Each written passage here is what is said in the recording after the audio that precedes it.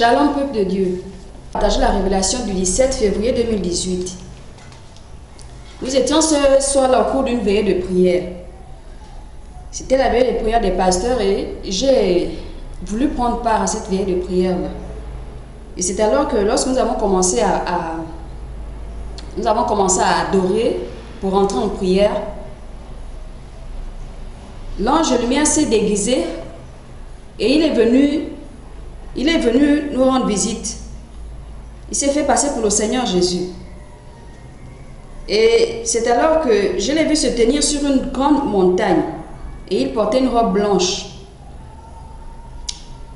Mais étrangement, il se comportait, il avait un comportement étrange.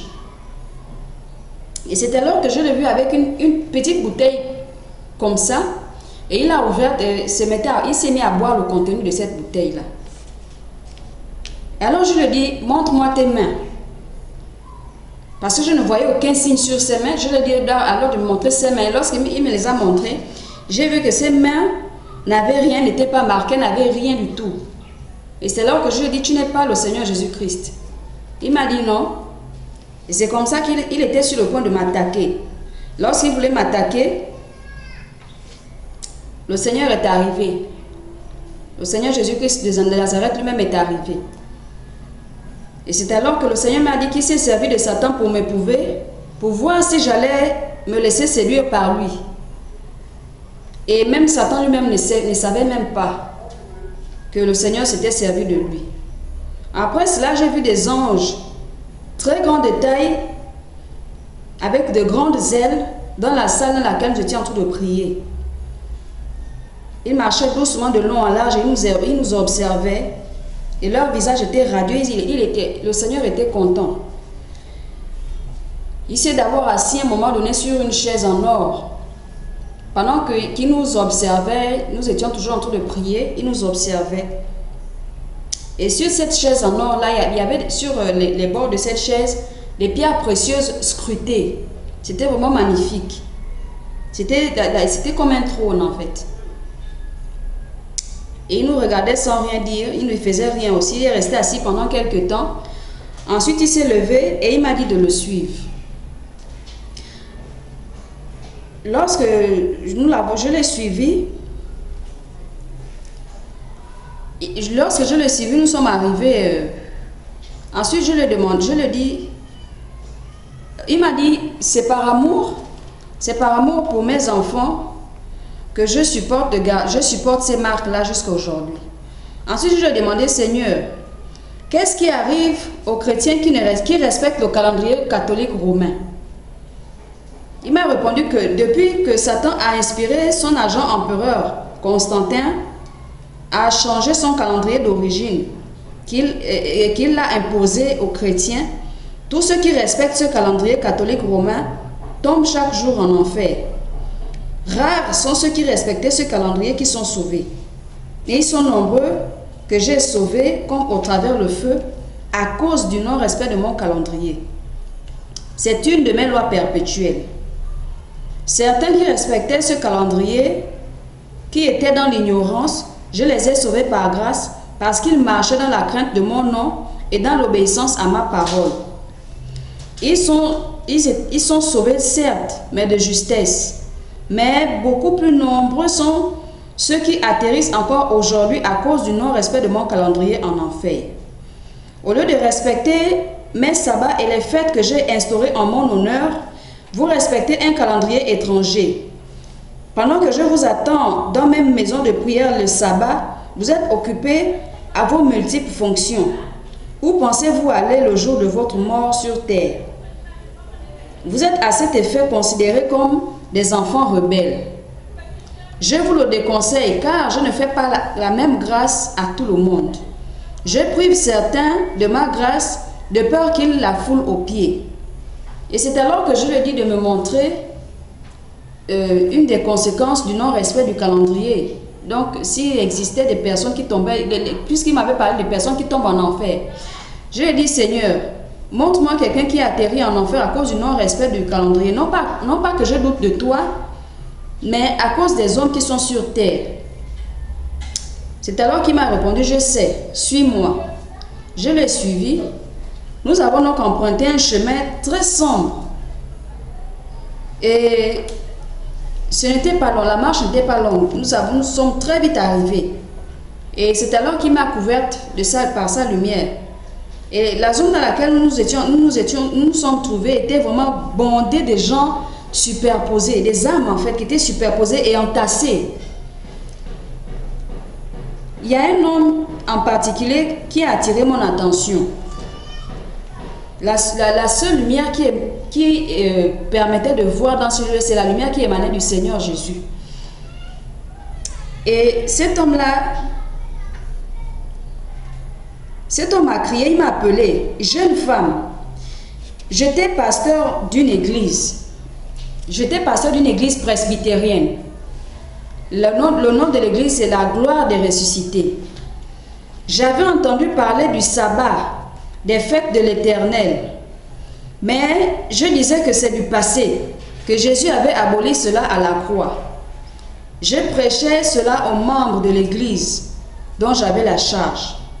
Un jour, un membre de mon assemblée avait été invité dans une cellule de prière qui prêchait le sabbat et avait reçu des enseignements au sujet du calendrier de Dieu et de la nécessité de l'observer de peur de finir en enfer.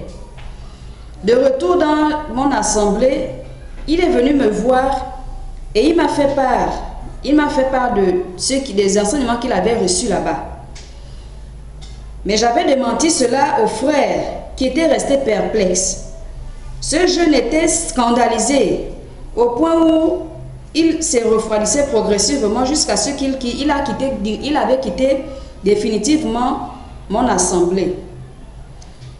Il est resté un temps chez lui sans fréquenter d'église.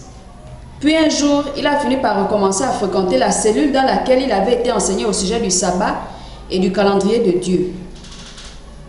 Quelques jours après, je suis mort et j'ai atterri dans ce lieu de tourment. Dans cette section, il n'y avait que ceux qui n'avaient pas obéi aux lois divines du calendrier de Dieu. Et j'ai vu qu'ils étaient maintenus dans des ténèbres. Et les démons jouaient, les démons les surprenaient dans ces ténèbres-là et les torturaient. Ils les enfonçaient des lances, ils les enfonçaient de longues barres de fer dans les oreilles d'un côté et ça ressortait de l'autre côté. Et ensuite, ils se mettaient à secouer ça, ils secouaient ça vraiment, ils secouaient d'abord avant de tirer ça avec force. Et ensuite, ces démons-là leur disaient, vous n'avez pas voulu écouter les vraies instructions du juste. Vous avez préféré ce qui vous arrangeait. Écoutez encore.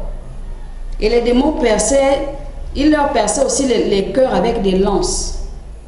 Ensuite, j'ai dit au Seigneur, sors-moi d'ici. Mais le Seigneur m'a dit, tu dois encore voir certaines âmes. C'est alors qu'il m'a amené donc dans un autre lieu où j'ai vu des hommes et des femmes avec des enfants aussi à partir de 8 ans. Il y avait des filles comme des garçons parmi ces enfants-là. Et j'ai vu, les démons leur mettaient les 10 doigts et les 10 orteils sur des espèces de planches.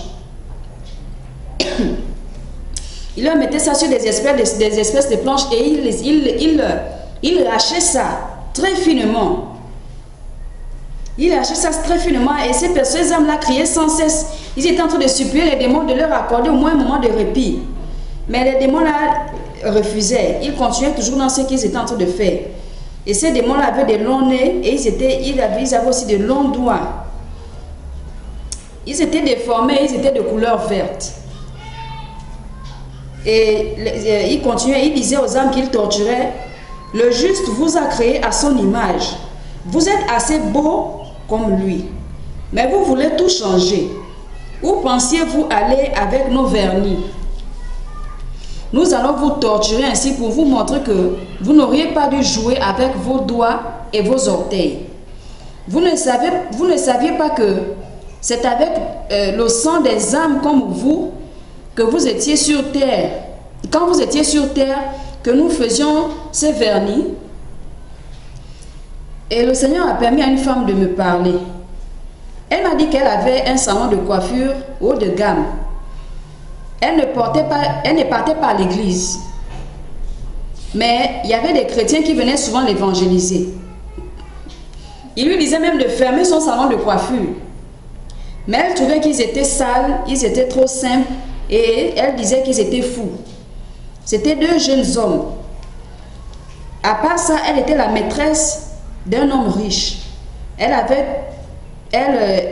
tout ce qui sert à métamorphoser une personne par le maquillage dans son salon de coiffure.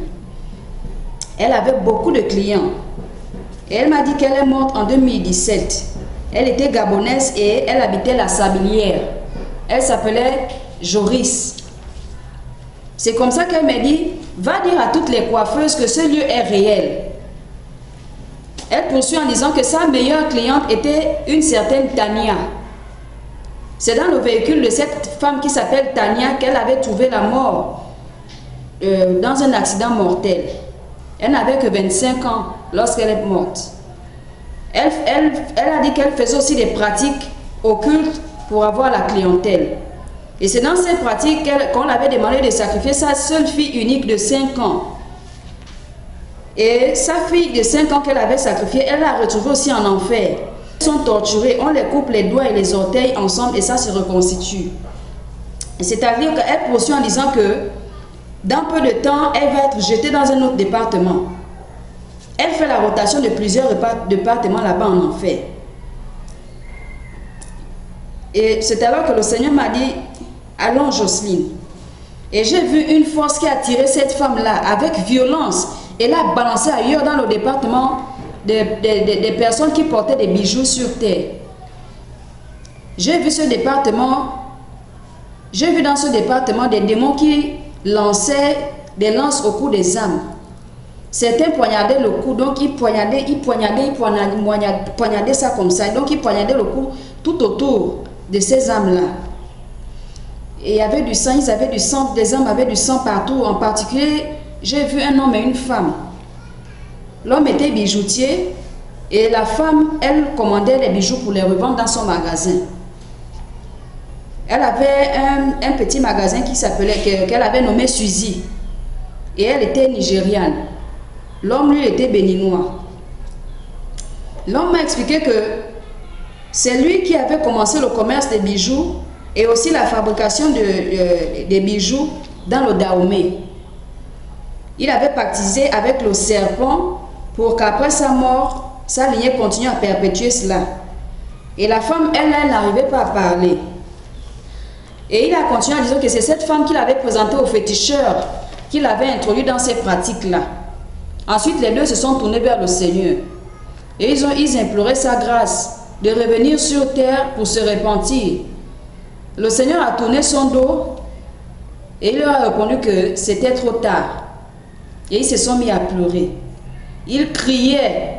C'est alors que l'homme m'a dit, va dire au monde de cesser d'être incrédule, parce que ce lieu est aussi réel que leur vie. C'est alors que j'ai vu le feu s'est soulevé, ça les a engloutis. La torture qu'ils subissaient, c'est qu'ils étaient tournés les têtes en bas, les pieds et les mains liés sur une longue barre de fer. Et hormis cela, il y avait des serpents qui passaient par leur bouche, par leurs oreilles, et ça leur bouchait les orifices respiratoires. Leurs yeux rougissaient, ils n'avaient même plus la capacité de crier à un moment donné. Et lorsque ces serpents-là quittaient, j'ai vu qu'il y avait le sang qui sortait de leurs yeux, de leurs oreilles, de leur bouche, de leur nez. C'est alors que le Seigneur m'a invité à le suivre. Il m'a mené dans un autre département là où c'était le département des âmes qui s'habillaient mal sur terre. Dans ce département, j'ai vu des hommes et des femmes qui avaient des pieds écartelés, avec des mains aussi écartelées. Les démons étaient en train de leur enfoncer des lances dans leur partie intime. Et ils disaient aux femmes, ces démons-là disaient aux femmes, vous êtes de plus en plus rebelles et ça nous plaît. Ainsi, nous pouvons vous accueillir dans ce lieu et vous tourmenter à vie. C'est ce que vous méritez. Et ces mêmes démons-là disaient aux hommes, vous ne pouvez plus vous contenir quand vous voyez les femmes. C'est nous qui réveillons cet appétit sexuel en vous, de sorte que vous ayez des rapports sexuels en désordre avec plusieurs filles. Ça marche toujours. Vous les humains, vous êtes des proies faciles. Et j'ai vu ces hommes et ces femmes-là crier à l'agonie, mais ils n'avaient plus de force. C'est comme si, en fait, ils étaient dépouillés de leur force. Ils n'avaient plus de force, mais ils s'efforçaient quand même à crier. Après, j'ai vu ces âmes-là qui étaient torturées par des démons. Donc, les démons les tenaient de part et d'autre. Et ils les tiraient les jambes avec violence jusqu'à ce que les âmes se sectionnent. Après, j'ai dit au Seigneur, mais pourquoi? Le Seigneur m'a dit, interroge cette femme. J'ai vu une femme, il y a une force qui a poussé une femme vers moi. Elle m'a dit qu'elle s'appelle Eliane, qu'elle était sénégalaise. J'ai dit, mais qu'est-ce que tu fais ici? Qu'est-ce qui t'a amené alors ici? Elle m'a dit, sur la terre, elle était chrétienne, mais dans son église, le pasteur disait que Dieu regarde le cœur et ne tient pas compte de l'apparence. Et c'est alors qu'elle avait changé d'accoutrement, donc elle avait laissé cette tenue africaine qu'elle portait, les boubous avec les pagnes, pour porter maintenant des pantalons. Et même elle travaille aussi dans une banque. Dans cette banque, il y avait aussi des uniformes, des petites jupes avec des pantalons. Donc elle s'était conformée à ce type de mode-là. Un jour, elle avait eu un songe dans lequel le Seigneur lui disait de se dépouiller des parures mondaines. Lorsqu'elle s'est réveillée, elle n'a pas compris le sens de son rêve. Et c'est alors qu'elle s'est rapprochée de son pasteur pour qu'il l'explique. Le pasteur lui a dit que la signification, comme la signification de son rêve, que le Seigneur voulait qu'elle se débarrasse, qu'elle se dépouille des mauvais caractères et des mauvaises attitudes qui sont dans son cœur et d'aspirer au fruit de l'esprit. Et ce pasteur-là s'était servi de Galates 5, verset 22. Mais la pensée insistait en elle. Cette pensée insistait en elle de telle sorte qu'elle n'était pas tranquille. Elle ne sentait pas la conviction de ces explications-là. Et lorsqu'elle est sortie de l'église ce matin-là, parce qu'après son réveil, elle est partie voir le pasteur le matin avant d'aller au travail. Donc, après la visite chez le pasteur, elle s'est rendue alors dans son lieu de travail. Dans son lieu de travail, il y avait une jeune femme qui suivait, priait dans une cellule de prière, là où on prêche le dépouillement. Donc, le message du dernier temps, la sanctification totale, corps, âme et esprit. Et c'est alors qu'elle s'est confiée à cette jeune dame-là. C'était une femme pieuse. Cette femme était une femme pieuse. Donc, elle s'est confiée à sa collègue qui était une femme pieuse. Sa collègue lui a expliqué ce qu'il en était. Qu'il s'agissait de se dépouiller du mauvais accoutrement, des maquillages, des faux cheveux et des choses semblables. Elle a reçu la conviction qu'effectivement, ce dont parlait cette jeune femme, c'était ça, c'était vrai. Mais elle a répondu à sa collègue, que c'était trop compliqué, c'était trop dur pour être accepté. Et ensuite, elle a dit à sa collègue que si c'est Dieu, il va l'aider à se dépouiller. Si ce songe vient vraiment de Dieu, Dieu va l'aider à se dépouiller. Et c'est alors qu'elle a coupé les ponts avec cette collègue-là. Elle a continué à aller dans son église. 3 jours seulement après ces événements, elle s'est levée le matin, elle s'est réveillée le matin, mais elle n'arrivait pas à se lever du lit. Elle n'arrivait même pas à bouger son corps du lit. Et c'est alors qu'elle a seulement eu le réflexe de crier à l'aide. Le temps que les membres de sa famille qui vivaient avec elle dans sa maison arrivent, elle était déjà décédée. Et ce jour-là aussi, elle était en pantalon. Donc, les tenues de nuit, les pyjamas, voilà. Elle avait un pyjama, un ensemble pantalon. Et c'est alors qu'elle dit qu'elle a atterri directement dans ce lieu de tourment-là.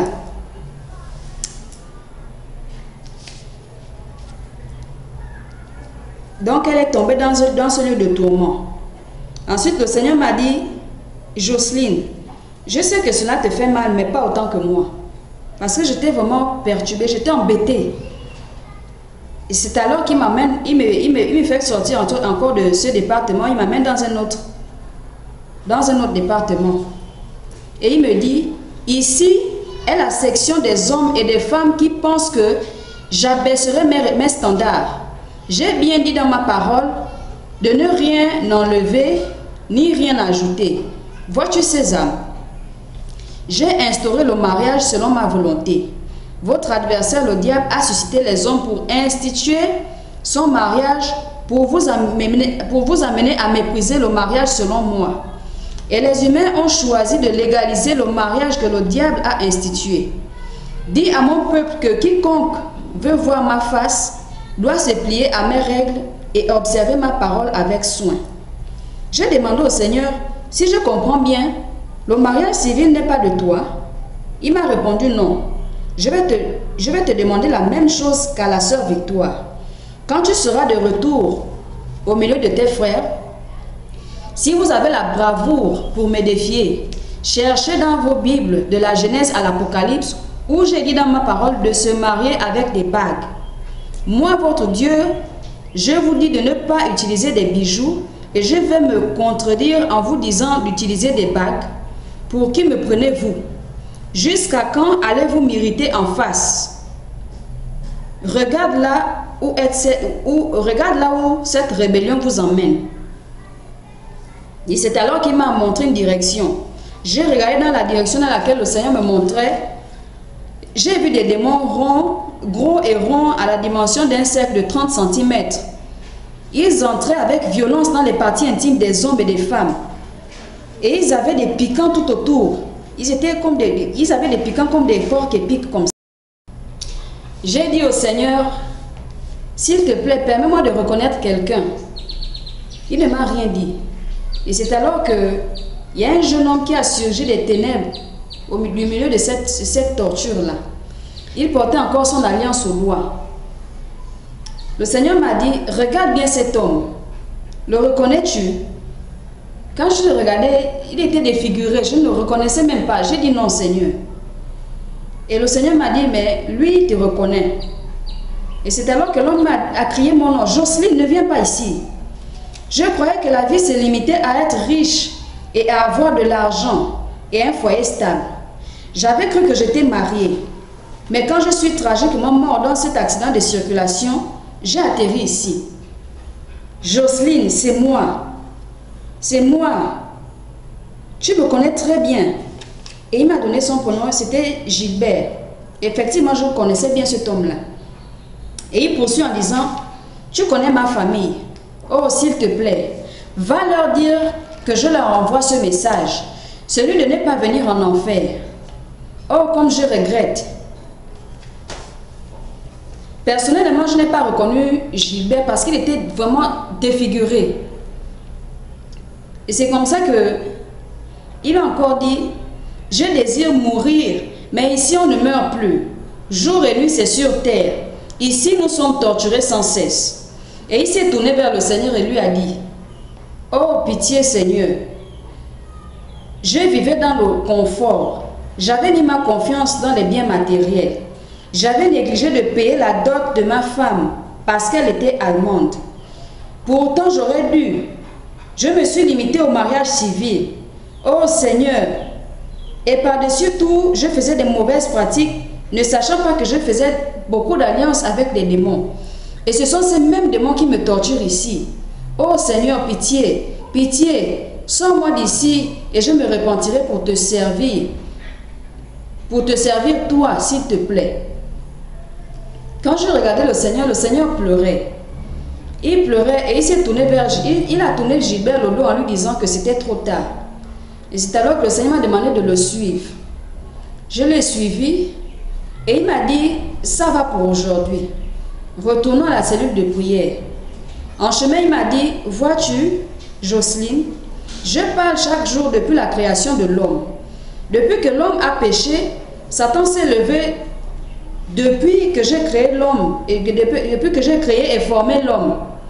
J'ai toujours averti l'homme que son adversaire, le diable, ne veut pas qu'il arrive au ciel jouir des biens de son père parce que lui, il les a perdus et a été banni à jamais. Comment voulez-vous encore que je vous parle? Que voulez-vous que je vous dise d'autre? Va et parle à mes gens. Dis à ceux qui veulent entrer au ciel que ma venue est très proche. S'ils m'écoutent, je les prendrai avec moi. S'ils me rejettent en rejetant ma parole, je ne pourrai rien faire pour eux. Je vous aime et vous conserve ma bonté. Reste en paix. Paix et grâce.